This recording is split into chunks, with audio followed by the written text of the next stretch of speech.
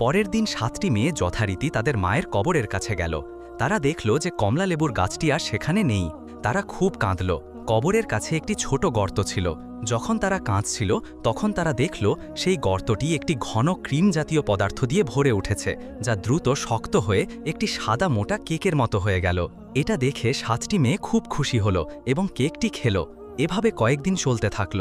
মেয়েগুলো প্রতিদিন সকালে তাদের মায়ের কবরের কাছে যেত এবং দেখত যে ছোট গর্তটি পুষ্টিকর কেক দিয়ে ভরে আছে। নিষ্ঠুর সৎ মা তার মেয়েকে বলল, আমি বুঝতে পারছি না এটা কিভাবে হচ্ছে।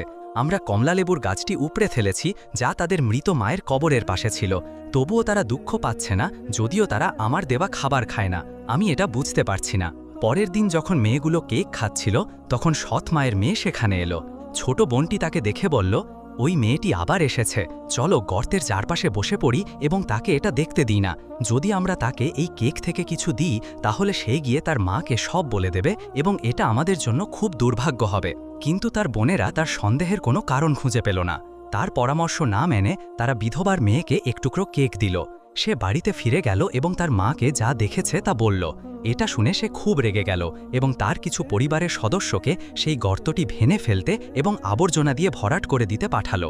সে শুধু এতেই শান্ত হলো না, বরং পরের দিন সে খুব অসুস্থ হওয়ার ভান করল এবং বলল যে সে প্রায় মরতে চলেছে। রুটি বিক্রেতা খুব দুঃখ পেল এবং তাকে জিজ্ঞাসা করল যে তার জন্য কোনো ওষুধ আছে কিনা। সে বলল, একটি জিনিস আছে যা আমার জীবন বাঁচাতে পারে, কিন্তু আমি জানি তুমি তা করবে না। সে উত্তর দিল, তুমি যা বলবে আমি তাই করব। সে বলল, আমার জীবন বাঁচাতে হলে তোমাকে তোমার প্রথম স্ত্রীর 7টি মেয়েকে হত্যা করতে হবে এবং তাদের রক্ত আমার মুখে একটু লাগিয়ে দিতে হবে। এই কথা শুনে রুটি বিক্রেতা খুব দুঃখ পেল এবং তার মেয়েদের খুঁজতে বেরিয়ে পড়ল। সে তাদের মায়ের কবরের কাছে কাঁদতে দেখল।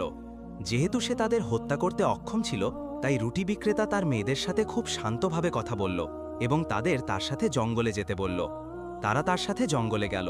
প্রচণ্ড গরমে 7টি মেয়ে ঘুমিয়ে পড়ল। সে তার স্ত্রীর ভয়ে তাদের জঙ্গলে ফেলে রেখে গেল।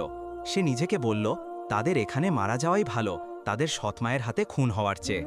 তারপর সে একটি পাখি শিকার করে বাড়ি ফিরে গেল এবং তার স্ত্রীর মুখে তার রক্ত লাগিয়ে দিল।